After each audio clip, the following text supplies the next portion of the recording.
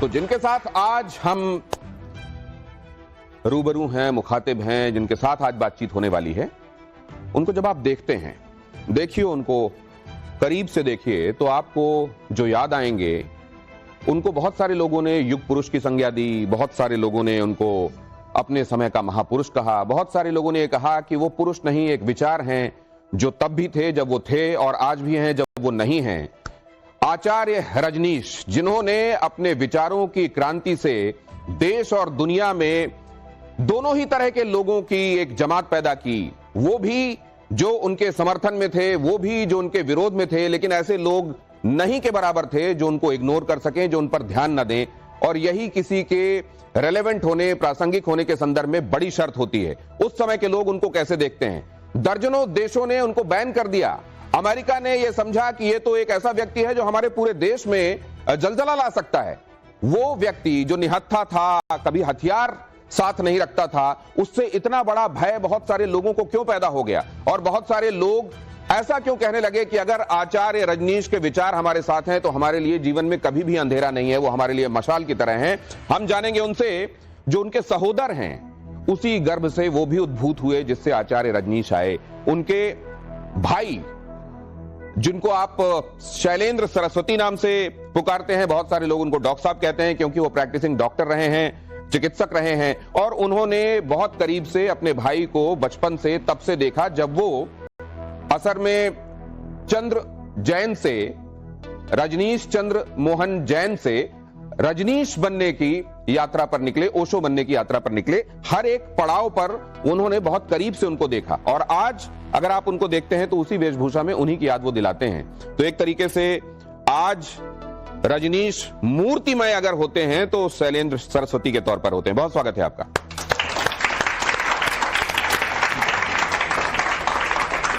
सबसे पहले तो मैं यही जानना चाहता हूं कि ओशो ये कहते थे कि तुम सब लोग विशिष्ट हो, हर कोई अलग है।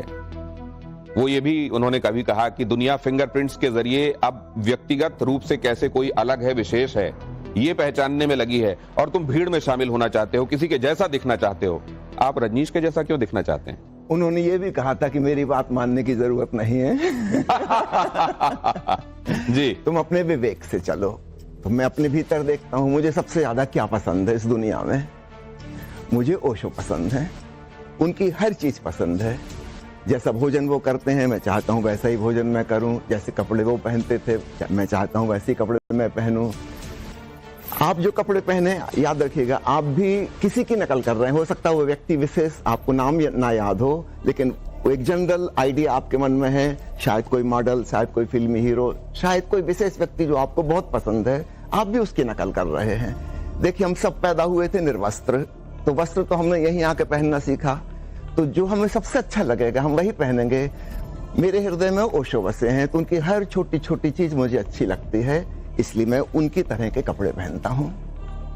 तो मतलब इसका क्या ये निकाला जाए, इसका निहितार्थ क्या ये है कि वो जो आपका स्ट्रगल है, खुद की विशिष्ट व्यक्तिगत पहचान को समझना और कायम करना, असल में वो भी एक नकल ही है क्या? और इस तरीके से यही दुनिया गोल है क्या कि आपका ये जो प्रयास शुरू होता है वो उसी बिंदु पर जाकर समाप्त हो जाता है क्या जहां से आप चले थे? ये भी हम समझेंगे, लेकिन उससे पहले जरा आचार्य रजनीश की ये बात सुन लीजिए, और उसके बाद शैलेंद्र सरस्वती, उनके भाई, उनको कैसे देखते हैं, उस बात को वो भी हम समझेंगे। जरा देखिए उन्होंने क्या कहा था। तुम्हारा भगवान भय का भगवान है, तुम्हारे सब भगवान तुम्हारे भय से निर्मित है। मैं तुम्हें उस भगवान की याद दिलाना चाहता हूं जो प्रेम में प्रकट होता है, भय में नहीं। मैं तुम्हें उस भगवान की याद दिलाना चाहता हूं जो प्रेम में प्रकट होता है, भय में नहीं।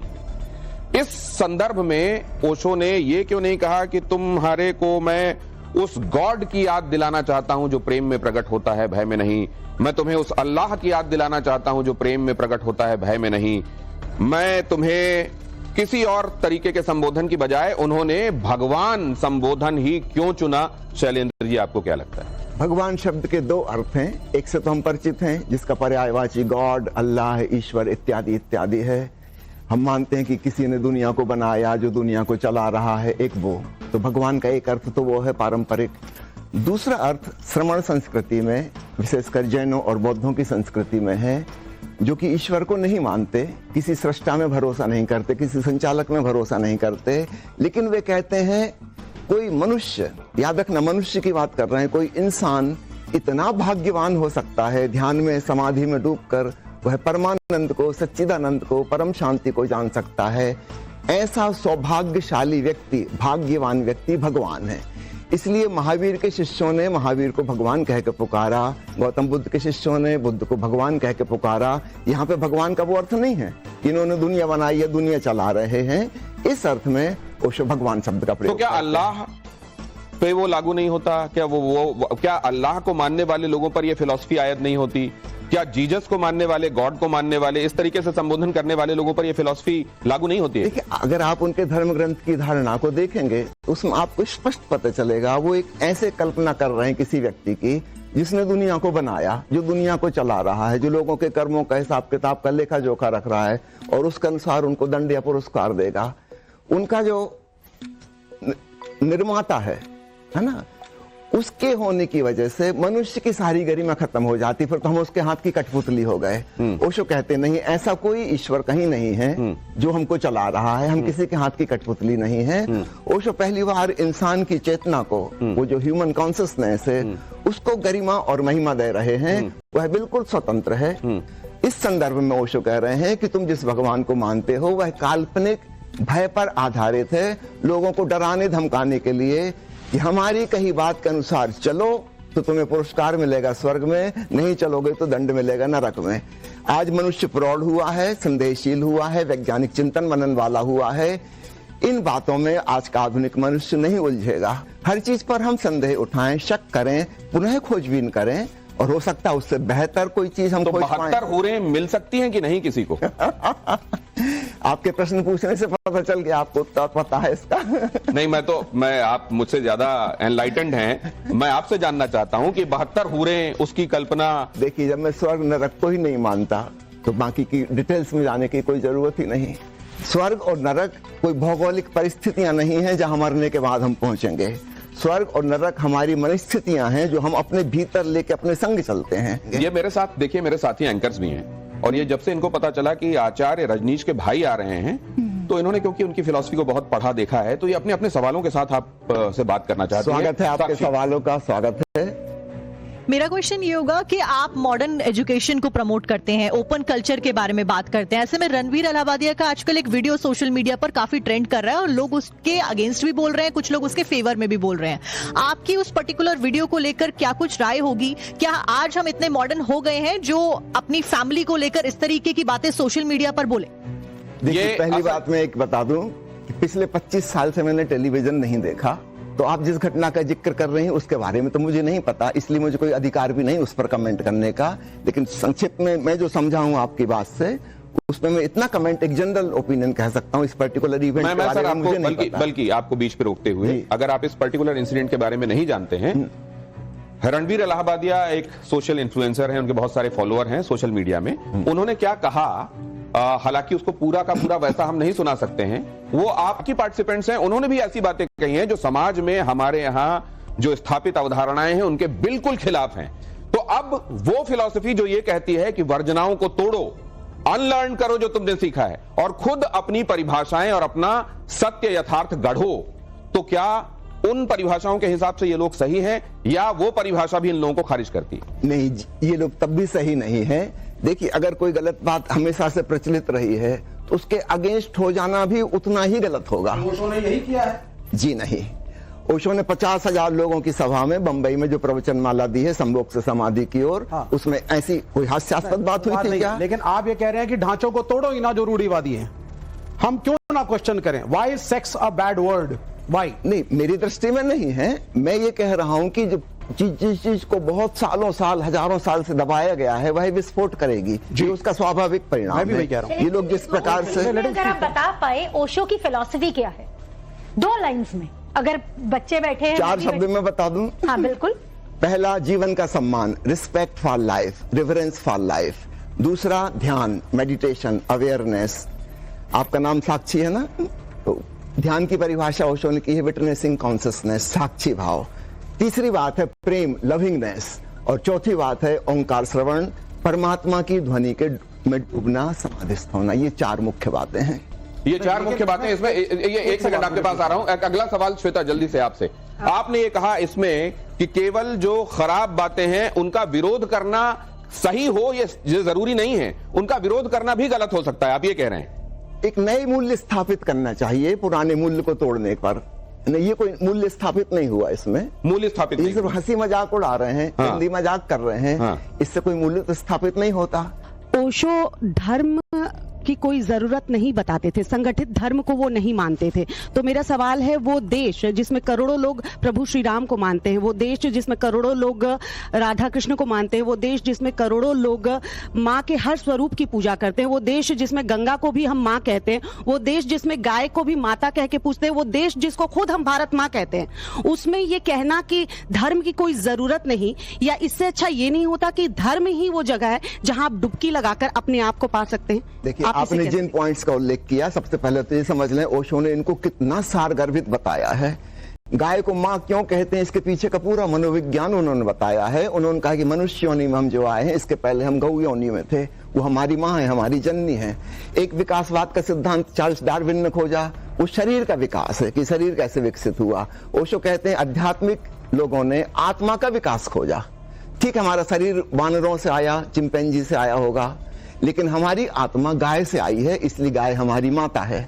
ओशो ने कुंभ के बारे में जितना विस्तार से कहा है, प्रयागराज के बारे में मेरे ख्याल से आज तक किसी ने पूरा विज्ञान नहीं समझाया।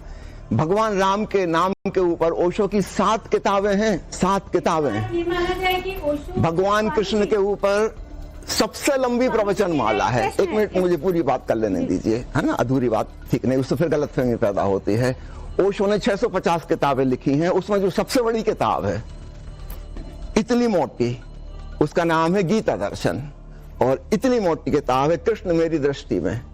कृष्ण के ऊपर उन्होंने जो व्याख्या दी है आधुनिक वैज्ञानिक चिंतन मनन के साथ, आधुनिक मनोविज्ञान के परिवेश में आज तक पृथ्वी पर कभी किसी ने नहीं दी गई। तो ओशो अध्यात्म के शुद्ध रूप को बचाने के पक्ष में है। एक बात मैं आपसे जानना चाहता हूँ, माफ कीजिएगा 1 सेकंड, आप ये जरा ये तस्वीरें देख लीजिए, मैं फिर आपसे सवाल करता हूं अभी, क्योंकि श्वेता ने जो कहा उसी की कंटिन्यूटी में ये सवाल है। जरा दिखाइए, ये जो आप देख रहे हैं, करीब 50 करोड़ लोग अभी तक 1 महीने में महाकुंभ में पहुंचकर डुबकी लगा चुके हैं। कई लोगों की टिप्पणी आई, जैसे एक साहब हैं, वो ये कह रहे हैं कि इस तरीके से पुण्य कमा लिया है इन्होंने, तो अब तो स्वर्ग हाउसफुल हो जाएगा और नर्क में कोई मिलेगा नहीं। क्या वो ओशो की दृष्टि में वो साहब जो ये कह रहे हैं वो सही है, या वो तमाम लोग जो अपने सनातन की स्थापित मूल्यों और अवधारणाओं को लेकर यहां डुबकी लगाने के लिए पहुंचे हैं वो सही है? इसके पीछे का मनोविज्ञान समझिए। ओशो ने जो समझाया है, जहां लाखों करोड़ों लोग एक सद्भावना लेकर, एक पवित्र भाव लेकर पहुंचते हैं, वहां का माहौल बदल जाता है। इंडिविजुअल कॉन्शियसनेस फिर काम नहीं करती, एक कलेक्टिव कॉन्शियसनेस, बल्कि हम कॉस्मिक कॉन्शियसनेस से जुड़ जाते हैं। कलेक्टिव कॉन्शियसनेस में एक minute let's talk one by one. मैं जरा अब ये पैनल में जो लोग हैं उनके साथ जल्दी से आपका परिचय करा देता हूं। ये यतिमा चेतनानंद है हमारे साथ, ये सनातन की बड़ी अध्येता हैं और उसके संदर्भ में आपकी फिलॉसफी, मतलब आचार्य रजनीश की फिलॉसफी के संदर्भ में भी आपसे सवाल जवाब करेंगी। सांत्वना श्रीकांत हमारे साथ हैं, वो भी ये समझने की कोशिश में यहां पर आज मौजूद हैं कि आचार्य रजनीश की जिन बातों को लेकर समाज एकदम खिलाफ था, समाज गलत था, धीरे धीरे समझ जाएगा, या वाकई उन जगहों पर गुंजाइश थी इसलिए वो लोग अगेंस्ट खड़े हुए थे।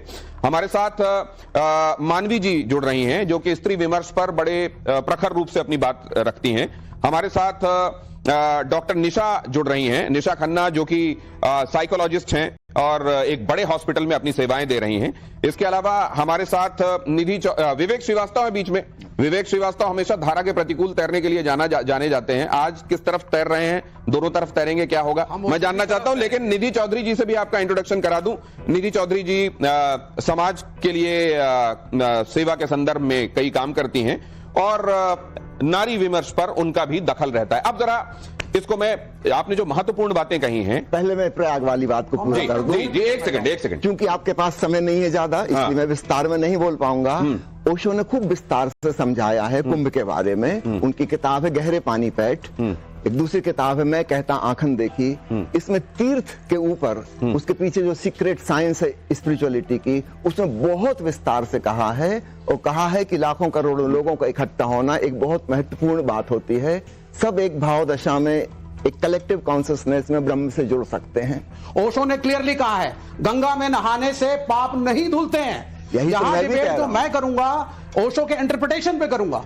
देयर आर मेनी थिंग्स जिनको मिस इंटरप्रेट किया जा रहा है। Let us not try to normalize what Osho said. Osho से बड़ा रिबेल, ओशो से बड़ा दार्शनिक मैं किसी को नहीं मानता।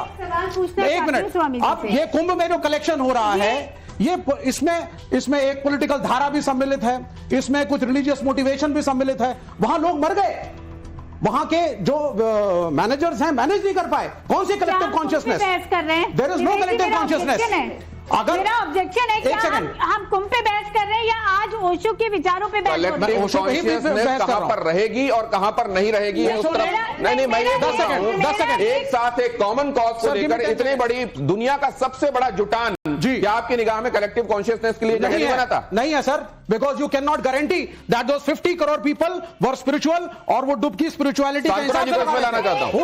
नहीं है कि आप सनातन के स्थापित मूल्यों को ही एसेट बना के और अगेंस्ट में जाके आप अपनी संस्कृति का प्रचार करेंगे। कहीं ओशो ने ऐसा तो नहीं किया कि सनातन के जो मूल्य थे उन्हीं को पढ़कर और बाद में अपने कहीं ऐसा तो नहीं हुआ जैसे, एक सेकंड मैं आपकी बातों को और दूसरे तरीके से ले जाता हूं। जैसे जो इमारत बनी हो पहले उसको तोड़ो, फिर उसी मलबे से अपनी एक इमारत बना दो। कहीं ऐसा तो नहीं किया ओशो ने?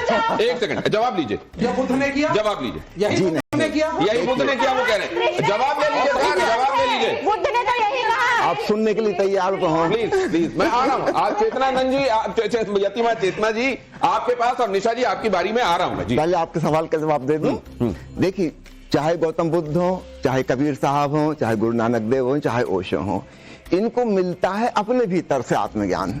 ठीक है, किताबों को पढ़ के नहीं मिलता है ना। किताबें तो बाद में उन्होंने देखी, किसी ने प्रश्न पूछा कि फलाने ग्रंथ में लिखा, आपका क्या कहना है, तब उन्होंने अपना कमेंट किया, कहीं तो उसके पक्ष में, कहीं उसके विपक्ष में, और कहीं कहीं दोनों बातें आ गई। एक लाइन में अगर आपको एक फिलॉसफी बतानी हो कि ओशो की फिलॉसफी ये थी, तो उसको आप कैसे बोलेंगे? जीवन को सुंदर, ज्यादा मधुर और आनंदपूर्ण बनाने के लिए जो कुछ भी किया जा सके वह सब ओशो की फिलॉसफी है। जीवन को सुंदर, जरा ओशो की ये बात सुनिए। और ओशो ने अपने जीवन काल में जो बात कही थी ये भी बहुत महत्वपूर्ण है, और उसके बाद आते हैं वापस इस पर। प्ले कीजिए बहुत जल्दी से। सदियों से तुमने सुना सन्यास यानी त्याग, और मैं कहता हूँ सन्यास यानी भोग की कला। हाँ, अगर बिना कला के भोगो तो पशु जैसे हो जाते। मैं बात करना चाहूंगी, हम ओशो सेक्सुअल लिबरेशन की बात करते हैं। मैं चाहूंगा कि आप ये जो 3 लेटर वर्ड है इससे, क्योंकि ये फैमिली शो है, प्लीज इससे गुरेज कीजिए। ठीक है, आप ओपन सोसाइटी की बात करते हैं, कॉन्ट्रेक्चुअल मैरिज की बात करते हैं। अगर मैरिज इंस्टीट्यूशन नहीं होगा तो वैसा ही नहीं होगा कि वृद्धों का जो आज हाल है उनको कोई पूछने वाला नहीं है, वैसा ही संततियों का हाल होगा। कहीं ओशो की जो फिलॉसफी है, यहाँ पे जितने भी पैनल है वो शायद समझ नहीं पा रहे हैं। वो चाहते थे अल्टीमेट फ्रीडम, वो फ्रीडम की बात करते थे, वो वुमेन एम्पावरमेंट की बात करते थे, और जो एक मिनट जो उस वक्त कहते थे आज के समय में युवा वही कर रहा है। अब ये बात करिए मैंने आपसे एक बात पूछूं, आज के समय में युवा शादी करना नहीं चाहता। मैं आपसे पूछना चाहता हूं, युवा लिव इन रिलेशनशिप में रहना चाह रहा है। सीखता है सिर्फ यहाँ बातों से? सबको सीखने के लिए एक हादसा जरूरी है। तो क्या हमारे पुरखों ने हमको जो बताया उसको ना मान के पहले हम गड्ढे में गिर के देखें, फिर हम सीखेंगे नहीं? और बिल्कुल सही कहते थे, ओशो कहते थे पास्ट गलत है। और आप देख लीजिए, आप टेक्नोलॉजी से लेकर के अगर अपने खुद का अपने जीवन को भी देख लीजिए, अगर आप पास्ट को खोल करके देखेंगे आपको लगेगा कहीं ना कहीं आप पास्ट में बेहतर कर सकते थे, और आज आप बेहतर करते हैं टेक्नोलॉजी में। देखिए ये जो आपने बात कही है ना, श्वेता से अभी मेरी बात हो रही थी, श्वेता से बात तो इसी में जोड़ रही कुछ मानवी। एक सेकंड, आज का युवा हर चीज उसी चीज को फॉलो कर रहा है। आज आप इंस्टाग्राम के रील को खोलकर देख लीजिए, जो उस वक्त ओशो ने कहा था, आज के समय इंस्टाग्राम पे जो युवा है वही कर रहा है। मैं एक चीज छोटी सी पूछना चाहती हूँ, एक सेकंड विवेक जी, मैं आप ही बता दीजिए किस कलर की पहने हो? ये क्या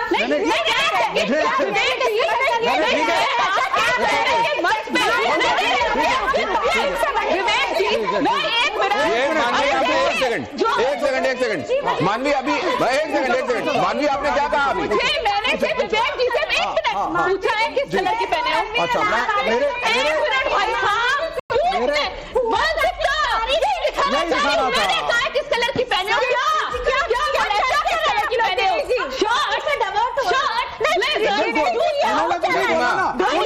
वो ये कह रही है, वो ये कह रही है उनका। आइए आप अपनी जगह पे आइए, आप भी मानवी अपनी जगह पे आइए, आप आइए यतिमा आइए, मैं बताता हूँ।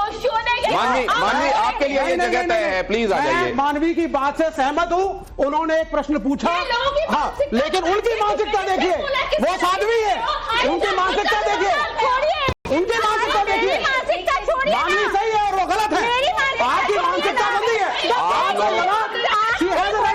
विवेक आप अपनी जगह पे आइए, यतिमा अपनी जगह पे आइए प्लीज, आप अपनी जगह पे आके अपनी बात कहिए। एक सेकंड, पहने हो, किस कलर का शर्ट हो सकता है, किस कलर का ब्लेजर हो सकता है, किस कलर का ट्राउजर हो सकता है, लेकिन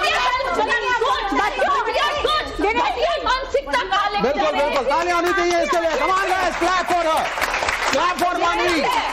यस, नहीं आप वो ये कह रही हैं कि खोट मानसिकता में है, खोट मानसिकता में है, वो ये कह रही है। दिनेश जी, मैं आपके ऑडियंस से कुछ पूछना चाहती हूँ। मैं पूछना चाहती हूँ कि जो रणवीर रैना ने कहा, ये जो किस कलर का पहने हो, मैं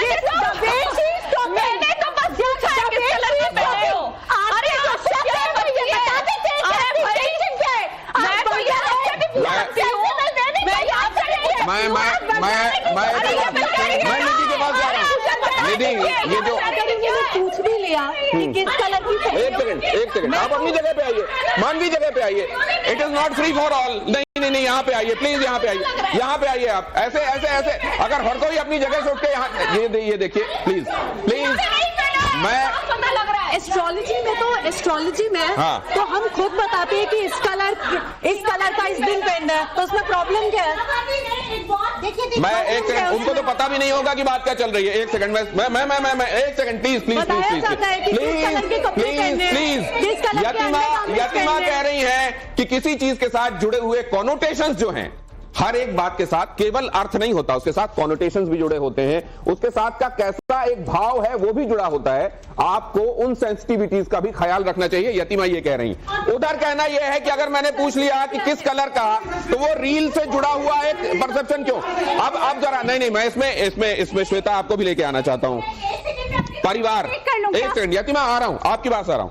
परिवार, इसको लेकर वर्जनाओं के संदर्भ में भी ओशो के अपने विचार रहे हैं, अगर आपने पढ़ा हो उनको। क्या ये वर्जनाएं वो ये कहते थे कि थोथा उड़ा दो और सब्सटेंस को रख लो, या वो सीधे किसी बात को खारिज करते थे? इस पर मतलब लंबी बहस चल सकती है, लेकिन मैं तो बहुत, जैसा कि सवाल उन्होंने पूछा उसी को आगे बढ़ाते हुए, क्योंकि बहुत भटक रहा है मुझे इसलिए वापस ट्रैक पे ला रहा हूं। तो मैं आपसे ही सवाल पूछना चाहूंगी शैलेंद्र जी। ओशो हमेशा कहते थे शादी जैसी संस्था के वो अगेंस्ट थे, है ना। गृहस्थ आश्रम बता दिया आपको, किसने बता दिया? मेरी शादी उन्होंने करवाई है। शादी की जरूरत को वो अहमियत नहीं देते थे। तो जिस संस्था की वजह से वो दुनिया में आए, आप दुनिया में आए, उनके भाई, आपके और जो भाई बहन है वो सब दुनिया में आए, उसी संस्था पर सवाल उठाना, उसी संस्था को नकारना, और वो भी तब जब हम लिव इन के बहुत सारे ऐसे केसेस देखे हैं हमने आज के समाज में। अगर श्रद्धा बॉलकर की बात करें, यूसीसी जैसे उत्तराखंड में लागू हो रहा है, तो उसमें बड़े प्रावधान है, कड़े प्रावधान है लिव इन को लेकर के। तो शादी संस्था पर आपकी क्या सोच है, क्योंकि आप उनके विचारों को आगे बढ़ाने का दावा कर रहे हैं? देखिए, बिल्कुल संक्षेप में बता रहा हूं।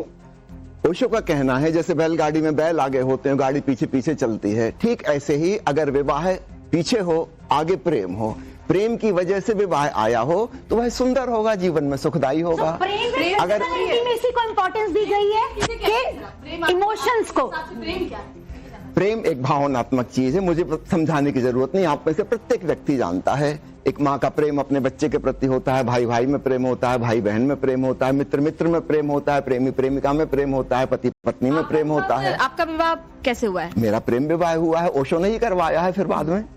तो आप ये नहीं कह सकते कि ओशो विवाह के खिलाफ है। हाँ, वो कह रहे हैं कि सच्चा विवाह होना चाहिए, अर्थात प्रेम से उत्पन्न होना चाहिए, मतलब लव मैरिज जैसे। उसके पक्ष नहीं, तो मैरिज के बाद लव नहीं हो सकता क्या? हाँ, क्यों नहीं हो सकता? आप बैलगाड़ी को आगे रख दो, पीछे बैल जोतोगे, और फिर कहोगे बैलगाड़ी कैसे चले? तो मतलब ज्यादातर हमारे मुझको लगता है कि खुद आपके माताजी पिताजी का जब विवाह हुआ होगा, दोनों एक दूसरे को जानते भी नहीं होंगे, पिता माता ने तय किया होगा और विवाह हुआ होगा। ऐसे ही हुआ उस समय तो बाल विवाह हुआ करता था। हाँ, किसी ने देखा भी तो नहीं था। ज्यादातर तो हमारे समाज में रिश्ते तय होते आए हैं, पहले से एक दूसरे को जानने का रिवाज नहीं। आज से 100 साल पहले की जो स्थिति थी, आज वो स्थिति नहीं है। आज की नई परिस्थिति में जहां स्त्री पुरुष, तो मतलब ये है कि देश काल परिस्थिति के हिसाब से चीजों की व्याख्या होनी चाहिए। अब एक महत्वपूर्ण मुद्दा है, इसकी तरफ मैं लेकर आता हूं, जरा यहां देखिए ये कौन है और क्या कह रही हैं, और उसके बाद सवाल आगे बढ़ाता हूं। नमस्ते, मैं श्री अमाई ममता नंदगिरी 2 दिन पहले मेरे पट्टा गुरु डॉक्टर श्री आचार्य लक्ष्मी नारायण त्रिपाठी के ऊपर कुछ लोगों ने गलत आक्षेप लगाए थे। उस भावना में आकर मैंने अपने पद से इस्तीफा दिया, लेकिन उन्होंने वो इस्तीफा नामंजूर कर दिया। और जो गुरु भेंट मैंने डॉक्टर आचार्य श्री लक्ष्मी नारायण त्रिपाठी को भेंट की थी, वो एक महामंडलेश्वर बनने के बाद जो छत्र, छड़ी और छवर होते उसके लिए, और थोड़े बहुत जो बचेंगे वो भंडारी के लिए मैंने समर्पित किया था। मैं संक्षेप में आपको समझा देता हूं ये मामला क्या है। ये फिल्मों में काम करती रही हैं ममता जी, और फिल्मों में काम करने के बाद ये बहुत समय तक एक तरीके से चर्चा में नहीं रही, क्योंकि ये फिल्मों से ही गायब हो गई थी। उस बीच कई तरह के इनके ऊपर आरोप भी लगे, ड्रग से संबंधित आरोप, ये भी कि इन्होंने अपना किसी विधर्मी, मतलब दूसरे धर्म के साथ, जैसा लोग कहते हैं, इन्होंने विवाह कर लिया, वगैरह वगैरह वगैरह। बाद में ये अभी कुंभ में अचानक आई और ये पता चला कि इनको एक खास अखाड़ा जो है उनकी तरफ से इनको महामंडलेश्वर की संज्ञा दी जा रही है। फिर इसको लेकर विवाद छिड़ गया, बहुत सारे संत इसके खिलाफ हो गए कि नहीं, इनको महामंडलेश्वर की पदवी नहीं दी जानी चाहिए, इससे महामंडलेश्वर की पदवी जो है उसको वो उस पे सवाल उठते हैं। इन्होंने फिर उसके बाद कहा कि मैं इस सबसे आहत होकर और अपना इस्तीफा दे रही हूं। अब ये फिर से कह रही है कि मैं इस्तीफा नहीं दे रहा हूं। अब ये हमारे समाज में स्पिरिचुअल और रिलीजियस लोगों के साथ पदवियां, कौन उस पदवी के लायक होगा कि नहीं होगा, उसकी बातें क्योंकि दूसरे लोग मानते हैं, मानते हुए कि उस विशेष जगह पर बैठा हुआ है, इसको आप कैसे देखते हैं? देखिए, मेरी दृष्टि में आध्यात्मिक व्यक्ति वह है जो अपने भीतर अपनी आत्मा में बैठा हुआ स्वयं में स्थापित है। बाहर की इन चीजों से उसका कोई लेना देना नहीं होता। और इसलिए धर्म के नाम पर, चाहे वो हमारे देश में, चाहे अपन ईसाई धर्म में देख लें, एक पोप है, उसके नीचे कार्डिनल है, उसके नीचे बिशप्स हैं, वो सब वोटिंग के द्वारा तय होते हैं, जैसे कि आम राजनीति में होता है, ठीक वैसे ही होता है। आपको आग्रह करता हूं जरा यहां पर आ जाएं, कुछ एक चीजें मैं आपको दिखाकर आपसे कुछ आपकी राय लेना चाहता हूं। यहां आ जाएं प्लीज। यहां पर कुछ एक चीजें प्ले कर रहा हूं, मैं इस पर आपकी राय लूंगा, जरा प्ले कीजिए बहुत जल्दी से। ओशो रजनीश क्या थे? वो आम इंसान थे, भगवान थे, मसीहा थे, एक मुक्त पुरुष थे, क्या थे वो? एक आम इंसान थे जिन्होंने अपने भीतर बैठे भगवान को पहचाना। अपने भीतर बैठे भगवान को पहचानने वाला एक आम इंसान। अगला, मुक्त पुरुष कह सकते हैं, मसीहा नहीं कह सकते। मुक्त पुरुष कह सकते हैं, अच्छा, मसीहा नहीं, मसीहा नहीं, आम इंसान या मुक्त पुरुष, दोनों में से कोई भी एक। ओशो ने ईश्वर के अस्तित्व को क्यों खारिज किया था? खुद को भगवान बनाने के लिए, फॉलोअर्स बढ़ाने के लिए, अलग लीक पर चलता हुआ दिखने के लिए। उन्होंने स्वयं अपने भीतर खोजबीन की, ध्यान में डूबकर उन्होंने कहीं भी ईश्वर को नहीं पाया। हाँ, ईश्वरत्व को पाया, भगवान को नहीं, भगवत्ता को, गॉडलीनेस, डिवाइननेस, और फिर यह भी जाना कि वही सबके अंदर है। जी, यहां से जो कैमरा एंगल पकड़ रहा है, इसमें थोड़ा सा आपको यहां पे ले आऊंगा मैं, ताकि वो ग्राफिक्स और क्लियरली दिखे और आपकी बात भी आए। जी, अब अगला प्ले करते हैं। धर्म संकट में नेक्स्ट, किस धर्म गुरु को सबसे अच्छा मानते हैं आप? श्री श्री रविशंकर, सदगुरु जग्गी वासुदेव, महर्षि महेश योगी, मां अमृतानंदमयी, आज के जो मुख्य चेहरे हैं, क्या इनमें से कोई आपको वहां निकट नजर आता है? जी, इनके बारे में मैं ABCD भी नहीं जानता। ओशो को जानने के बाद मुझे कुछ और जानने की इच्छा ही नहीं है। तो फिर उसके बाद कुछ और जानने की इच्छा रह नहीं गई। नेक्स्ट, अगला दिखाइए जरा। ममता कुलकर्णी को अभी आपको मैंने दिखाया, ये केस इन पॉइंट क्या था वो भी मैंने आपको बताया। क्या उनको महामंडलेश्वर माना जाए, आम साध्वी माना जाए, अभिनेत्री माना जाए? लोग क्योंकि मानने पर भरोसा करते हैं, तो इस पर आप क्या कहेंगे? भाई, लोगों की मर्जी, जो मान मैं इसमें क्या कमेंट करूंगा? मैं कभी जानता ही नहीं इनको, इसके बारे में मुझे और कुछ पता नहीं। अभी जो आपने बताया बस उतना ही पता था। तो क्योंकि इनके बारे में और ज्यादा पता नहीं है, इसलिए मैं टिप्पणी नहीं करूंगा। नेक्स्ट दिखाइए बहुत जल्दी से। योगी आदित्यनाथ किस भूमिका में सबसे अच्छे लगते हैं आपको? इनको तो आप जानते होंगे, भले ही आप खबरों की दुनिया में नहीं रहते, लेकिन मेरे को इतना पता है कि आप ये जानते होंगे कि उत्तर प्रदेश के मुख्यमंत्री हैं। मुख्यमंत्री या गोरक्ष पीठ के अधीश्वर, किस रूप में आपको वो ज्यादा सही लगते हैं? देखिए, मुख्यमंत्री के रूप में तो मैं नहीं जानता उनके बारे में, उनके कृतित्व के बारे में, लेकिन निश्चित रूप से वे जिस पीठ के अधीश्वर हैं, है ना, वहाँ का कार्य खूब अच्छा चल रहा है, इसके बारे में मुझे खबर है। मैं अक्सर गोरखपुर से नेपाल जाता हूँ और कभी कभी वहाँ के लोगों से मुलाकात होती है। तो वो प्रशंसा करते हैं और इस पीठ के संदर्भ में जो बताते हैं उसकी अवधारणा पुष्ट होती है। गोरक्ष पीठाधीश्वर के तौर पर आप इनको जानते हैं। ओशो ने भी संत गोरखनाथ के ऊपर प्रवचन माला दी है जिसका शीर्षक है मरो हे जोगी मरो। मरो हे जोगे मरो, ये किताब का नाम जियो नहीं मरो। जी, उसके बारे में फिर बात कर लेंगे। चलिए, आपके सबसे पसंदीदा भारतीय राजनेता, क्योंकि समाज को दिशा देने के मामले में राजनीतिज्ञों की भी एक बड़ी भूमिका है। नरेंद्र मोदी, राहुल गांधी, असदुद्दीन ओवैसी, ममता बनर्जी, ये कुछ चेहरे हैं हमारे राजनीति के बड़े चेहरे आज के। इनमें से कौन आपको लगता है कि अपनी भूमिका में सही है? मुझे लगता है कि नरेंद्र मोदी जी जो कार्य कर रहे हैं उससे हमारा देश प्रगति कर रहा है। इसके तो सब प्रमाण मौजूद हैं और मुझे उम्मीद है आगे भी और प्रगति कर सकेगा। एक आपको तस्वीर और दिखाता हूं मैं, उसके विषय में अगर आपको जानकारी नहीं तो मैं दूंगा भी और एक सवाल पूछूंगा, जरा देखिए। योगी बनेगा ना प्रधानमंत्री। मैं उन लोगों को चूज करता ना जो भगवान को बेसिकली जो बाद में ग्रेटफुल भी हो। इसलिए गुकेश का मैंने जानबूझ के वैसा था ना कि जो स्टार्टिंग में उसने जो वैली वाला वो जीता था, चैलेंजर वाला, तब भी मैंने पूरी सीरीज देखी थी। उस टाइम पे मैं हिमाचल में धर्मशाला जा रहा था तो सुबह सुबह टैक्सी के अंदर बता रहा था, मौका देखो इसको जिता दिया। 3 बड़ी प्रेडिक्शंस आपके हिसाब से क्या है? वर्ल्ड वॉर बाय व्हेन चालू हो जाएगा इस ईयर के एंड में। अब ये आईआईटी से पढ़े हुए हैं, मुंबई पवई से, और इनकी मार्कशीट्स मैंने देखी हैं 10वीं की, 12वीं की, आईआईटी की। ये ब्रिलियंट स्टूडेंट रहे और अब ये कुंभ में लोगों को नजर आए, ये थोड़ा कई बार इंटॉक्सिकेटेड भी रहते हैं और ये जो बातें कर रहे हैं, ये कह रहे हैं कि मैं चीजों को कंट्रोल कर सकता हूं। मैं उस समय क्रिकेट वर्ल्ड कप जब चल रहा था तो मैंने कहा कि इसको बॉलर को बॉल दो, ये जिता देगा तुमको। मैं गुकेश जो शतरंज का खिलाड़ी है उसको भी यहां से सिग्नल्स भेज रहा था अपने दिमाग से कि इसको ऐसे चलो, चाल को ऐसे चलो, और मैंने उसको। ये क्या इस तरीके से चीजें कंट्रोल हो सकती है क्या? ओशो ये बात कहते थे, ये ऐसा हो सकता है? देखिए, इनके बारे में तो मुझे नहीं पता, लेकिन मैं एक डॉक्टर हूं और डॉक्टर की हैसियत से मैं कहूंगा अगर इस प्रकार का व्यक्ति को मेरे पास लाया गया होता तो मैं उसकी डायग्नोसिस करता मेगालोमेनिया, है ना मैडम, आप तो जानती हैं मेगालोमेनिया पड़ती है इनको, समझ पाई हूं अभी तक आप उनको चिल्लम भी देनी पड़ती है आपको। जब आप कॉन्शियसनेस की बात करते हैं तो बेसिक ड्राइव्स होती हैं। सर ने बोला है basic drives, hunger, thirst and जिसे हम फिजिकल रिलेशनशिप बोलते हैं सेक्स, जिसका शब्द सर ने बोला है हमने प्रयोग नहीं करना। देहा, ठीक है, बेसिक ड्राइव्स।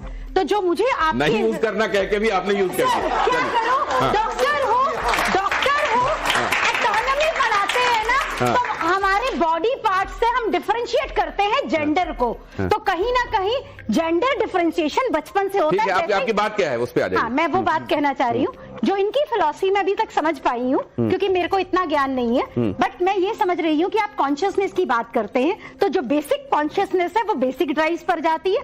जब हम थोड़ा आगे बढ़ते हैं, जिसमें हम Maslow theory of hierarchy, psychological need सबको पता होगा, सेकंड नंबर पर सिक्योरिटी से रिलेटेड नीड्स आती है, थर्ड नंबर पर इंटीमेसी आती है।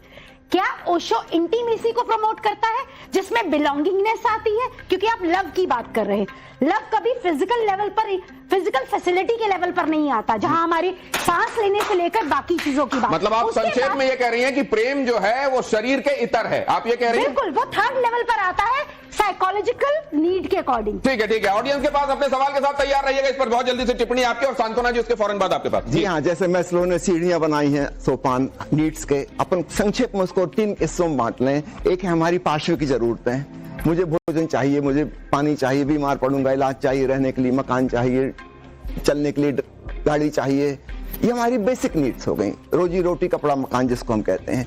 जब ये जरूरतें पूरी हो जाती हैं, ये पशुओं की भी जरूरतें हैं, पंछियों की भी हैं, पेड़ पौधों की भी हैं, जब ये पूरी हो जाती है फिर हमारी साइकोलॉजिकल नीड्स शुरू होती हैं, इमोशनल नीड्स शुरू होती हैं। हम प्रेम करना चाहते हैं, प्रेम पाना चाहते हैं, हम विचार करना चाहते हैं, साइंटिफिक खोजबीन करना चाहते हैं, साहित्य और संगीत इत्यादि चाहते हैं, मनोरंजन चाहते हैं। फिर एक समय आता हमारी ये जरूरतें भी पूरी हो गई। अब इसके बाद स्पिरिचुअल नीड शुरू होती है, जब हमको लगता है कि मेरे पास सब कुछ है फिर भी मैं खाली खाली क्यों हूं। अब आत्मा की, परमात्मा की, ब्रह्म ज्ञान की जरूरत यहां से शुरू होती है, मेडिटेशन की नीड शुरू होती है। तो यहीं पे आपको रोक के एक बात कह रहा हूं, कई बार आप जो बातें कहते हैं या आपके बड़े भाई कहते रहे हैं, वो हर किसी के लिए one size fit to all नहीं हो सकती। हर किसी का बौद्धिक स्तर वैसा नहीं होता। अब आप जब कहते हैं कि धर्म में हम कई बार प्रोजेक्शंस लेके चलते हैं, मूर्ति में अपने प्रोजेक्शंस लेके चलते हैं, हम भय में रहते हैं, हम किसी को भगवान बना लेते हैं, हम उसका ध्यान करने लगते हैं क्योंकि हम अंधेरे में होते हैं। अब अगर मान लीजिए कि इवॉल्व होने की एक हद वो है जहां आप निराकार के तौर पर भी पूछ सकते हैं, लेकिन आज के वैज्ञानिक कहते हैं आपको पढ़ना भी है तो आप उसको इमेजिन करके पढ़िए, आप उसको तस्वीरों में देखिए, उसका तसव्वुर जब आप करेंगे तो आपको बहुत अच्छे से याद रहेगा। अच्छे से याद रखने के लिए, अपने आप को सांत्वना देने के लिए अगर मान लीजिए आप एक प्रोजेक्शन लेके चलते हैं तो बुराई क्या है? देखिए, अगर मैंने अक्षर देखे ABCD ऐसे लिखे जाते हैं, फिर मैं उसको प्रोजेक्ट करूंगा तो मुझे पता है मैं क्या कर रहा हूं, है ना? It is a fact. उसको मैं इमेजिन कर रहा हूं, विजुलाइज कर रहा हूं। परमात्मा के बारे में जब मुझे कुछ भी नहीं पता तो मैं इमेजिन क्या करूंगा? जो करूंगा वो कुछ गलत ही होगा। और वह बाधा बन जाएगा वास्तविक परमात्मा से मिलन में। मेरी अपनी विजुअलाइजेशन, मेरी मानसिक कल्पना ही एक दीवार खड़ी हो जाएगी जो इंसान को भगवान से नहीं मिलेगी। लेकिन गणित में भी आपको मालूम है कई बार x बराबर इतना माना जाता है, मान के चलने पे कई बार डिराइव होता है। तो मान के आप लोग कहते हैं कि मानो मत जानो, लेकिन गणित में भी अगर x मान के चलते हैं, मान पहले चलते हैं फिर जान पाते हैं, तो कई बार मानना भी तो जानने का मूल है। इसको ओशो कहते हैं परिकल्पनात्मक श्रद्धा, हाइपोथेटिकल ट्रस्ट।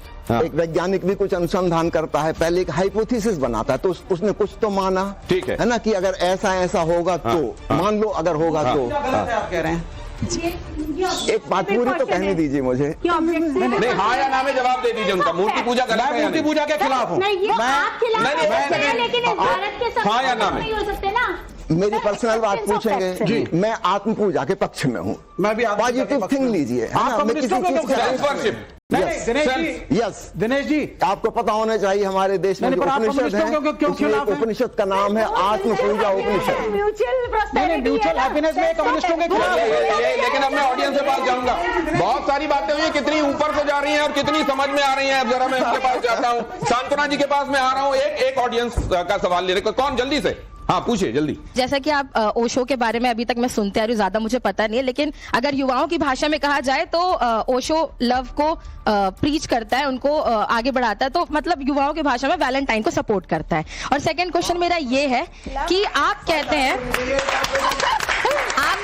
कि आप धर्म को सपोर्ट नहीं करते, विरोध करिए, धर्म को सपोर्ट नहीं करते, आप मूर्ति पूजन के अधीन है। तो इंडिया में ऐसे आपके जो फॉलोवर्स हैं उन्होंने ओशो को धर्म बना लिया। अगर अब हम जनरल पब्लिक से बात करें तो वो कहते हैं ओशो भगवान है हमारे लिए। ब्रेसलेट पहनना, उनकी मालाएं पहनना, उनकी फोटो को घर पे रख के पूजा करना, क्या आप इस चीज को प्रमोट करते हैं अपने फॉलोवर्स को? व्यक्तिवाद की पूजा नहीं हुई। जो मुख्य सवाल क्या है मुझे समझ ही नहीं आया। सवाल समझ में नहीं आया। नेक्स्ट सवाल प्लीज। हाँ जल्दी, छोटा रखिए प्लीज, परिचय और भूमिका नहीं प्लीज। Thank you sir. मेरा आपसे ये सवाल है कि जैसे ओशो बात करते हैं मैरिज इंस्टीट्यूशन बंद करने की, और बात करते हैं कि कहाँ पढ़ ली आपने? हमने देखा है, वीडियो देखा है, उनमें वो खुद बोलते हैं कि मैरिज इंस्टीट्यूशन बंद कर देना चाहिए, एक नया इंस्टीट्यूशन बनाना चाहिए जो बच्चों को पाले। क्या उन्होंने ये इंस्टीट्यूशन दिया? वो कह रहे हैं कि ऐसा नहीं है, उनको नहीं कहा ऐसा नहीं। ये दीजिए माइक दीजिए जी। इंस्टीट्यूशन दिया जो हमारे समाज कह रहे हैं। I want to know that he said that search God in yourself. Hindi में वो कहते हैं कि भगवान को अपने भीतर खोजो। बट कुछ लोगों ने मतलब ऐसा किया है कि उन्होंने शादी नहीं की, ठीक है, तो इट इज गुड और नॉट? देखिए, हर व्यक्ति स्वतंत्र है, हम स्वतंत्र देश के नागरिक हैं। किसी को शादी करना अच्छा लगता है, किसी को नहीं लगता, उसकी मौज की बात है। ओशो किसी को कोई निर्देश नहीं देते, ही नेवर डिक्टेट्स एनीबॉडी। लोगों ने भगवान को अंदर खोज भी लिया था। सर, मेरा नाम निहारिका है, नमस्ते। एंड मैं आपसे एक सवाल पूछना चाहती हूँ। मैंने भी ओशो को बहुत सुना है, मैं उनको फॉलो भी करती हूँ पिछले कुछ महीनों से। तो मैंने जो उनकी कहानी सुनी है, जो कंट्रोवर्सी हुई थी उनकी बेसिकली अमेरिका में, तो जहाँ उनको 21 कंट्रीज से बैन कर दिया गया था, तो आपको क्या लगता है, क्या माँ आनंद शीला उसके लिए रिस्पॉन्सिबल है? Secretary controversy? जी नहीं, सेक्रेटरी कोई भी होती है, उसकी जगह घटना यही घटनी थी, क्योंकि ओशो की फिलॉसफी स्थापित धर्मों और राजनीति के खिलाफ है। तो किसी भी देश में होते, सेक्रेटरी कोई भी होती, उससे कोई फर्क नहीं पड़ता। तथाकथित धर्मगुरु और तथाकथित राजनेता उनके विरोध में जाते, यही होता, कहानी यही होती। मेरा नाम कृतिका है। मैं आपसे ये पूछना चाहती हूँ कि ओशो की लाइफ में ऐसे क्या एक्सपीरियंसेस रहे या क्या इंसिडेंट्स रहे जिनकी वजह से उनकी जो टीचिंग्स है या स्पिरिचुअल जर्नी का एक नया मोड़ कह सकते हैं जो उनकी जिंदगी में आया हो? वो है मेडिटेशन, ध्यान, स्वयं के भीतर शांत होकर निर्विचार होकर स्वयं को जानना। मेरा क्वेश्चन ये है कि ओशो की फिलॉसफी ये कहती थी कि हमें मटेरियलिज्म और मटेरियलिस्टिक थिंग से दूर रहना चाहिए, बट वो खुद 93 रोल्स रॉयस ओन करते थे। जी, उन्होंने ऐसा कभी नहीं कहा कि मटेरियलिज्म से दूर रहना चाहिए। आपने कहाँ से पढ़ लिया? नेक्स्ट प्लीज, जी आपके पास आ रहा हूँ। Next please. Hello sir, my name is Ritu. Sir, मेरा सवाल ये है आपसे कि जो ओशो हैं, ज्यादातर अभी तक जो मैंने सुन पाई हूँ कि ये कि मतलब वो ज्यादातर लव इन सब में ज्यादा इंटरेस्ट रखते थे और मतलब ईश्वर में, भगवान में ज्यादा मतलब मन नहीं रखते थे। क्या जो उनके फॉलोवर्स थे तो वो भी यही थे कि जो किसी भी ईश्वर को ना मानने वाले हों? ओशो कहते कुछ भी ना मानो, तो ये विश्वास करना कि ईश्वर नहीं है ये भी एक मान्यता है, वो इसके भी खिलाफ है। वो कह रहे हैं तुम स्वयं खोजो, जानो, पता लगाओ, मानने की जरूरत क्या है। और जहां तक प्रेम की बार बार बात आ रही है, इस संदर्भ में क्लियर कर दूं, ओशो कह रहे हैं अगर हम प्रेम तक उठेंगे, जैसे हम कहा इमोशनल नीड 4th लेवल तक आए, तभी हम उसके पार जा पाएंगे। जिस व्यक्ति ने अपने जीवन में प्रेम को भी नहीं जाना, उसके जीवन में कभी प्रार्थना और परमात्मा से प्रीति उत्पन्न नहीं होगी। ये तमाम बातें सुनने के बाद सांत्वना जी, आपका सबसे महत्वपूर्ण ऑब्जर्वेशन क्या है? एक सेकंड ये है कि ओशो ने भोगवाद की संस्कृति को बढ़ावा दिया। देखिए, तृष्णा का कोई अंत नहीं है, तृष्णा को आप जितना विस्तार देंगे वो बढ़ती ही जाएगी। महाराज याद थे, मैडम एक मिनट मुझे बोलने दीजिए। महाराज अपने 4 पुत्रों की उम्र लेने आप जानते हैं संतुष्ट नहीं हुए। मैं समझ गया। एक सेकंड, क्या स्वामी जी, मोक्ष मिलेगा? ये ओशो की फिलॉसफी थी कि आप किसी धारणा के बारे में अपने से मत, आप जाओ उसको देख लो एक बार क्या है, और उसके बाद उसके पार आप देख पाओगे। शायद यही जो है वो फिजिकलिटी के संदर्भ में भी था मामला। लेकिन मैं एक बात जानना चाहता हूं कि कई बातें ऐसी हैं, जैसे भूख आपको बार बार लगती है, नींद आपको बार बार आती है, बाकी कई चीजें ऐसी हैं जिनका रिपीटिशन होता है और उतने ही आवेग के साथ दोबारा होता है जितना पहली बार हुआ था। तो आप मान लीजिए हकीकत जान भी गए, अगली बार उतनी इंटेंसिटी से वो फिर से आवेग आ रहा है, तो जानने का मतलब क्या रहा? तो ओशो क्या सेल्फ कंट्रोल टीच नहीं करता था, ये बताइए। जी सुनिए, ओशो ने विधियां दी हैं कैसे हम काम वासना के पार जा सकें। मूलबंद ध्यान की विधि उनकी आप पढ़िएगा या सुनिएगा। कहे कबीर दीवाना के 5वें प्रवचन में मूलबंद ध्यान समझाया है, कैसे हम अपनी काम ऊर्जा का ऊर्ध्वगमन करके उसको सहस्त्रार में ले जाएं मूलाधार से, और तब सहज ब्रह्मचर्य फलित होता है। यह ओशो की शिक्षा है। तो काम वासना के विरोध में नहीं है, लेकिन काम वासना को कन्वर्ट करना है, डाइवर्ट करना है, उसको नई दिशा देनी है, इसके पक्ष में है। एक और बात बताइए, वो जो लामा जो है, कहा जाता है कि वो तिब्बत में ऊंचाई में जिनके आज भी शरीर सुरक्षित रखे गए हैं, क्या वहां ओशो के पहले के जन्म का शरीर स्थित है? जी, इसके बारे में मैं बताना चाहूंगा। ओशो ने अपने पिछले 4 जन्मों की संक्षेप में चर्चा की है। एक जन्म में नागपुर के पास चंद्रपुर एक जगह है, वहां एक बड़ी झील है, उसमें वो रहा करते थे, तब भी वो सन्यासी थे। उन्होंने कहा कि मैं अपने पिछले जो भी जन्म देखता हूं, मैं हमेशा गैरिक वस्त्र में ही हूँ पिछले जन्मों का।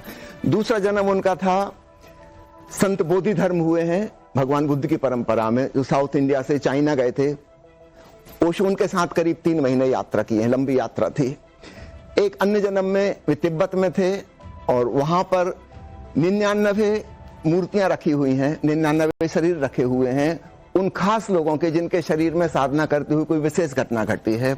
उसमें ओशो का शरीर भी है।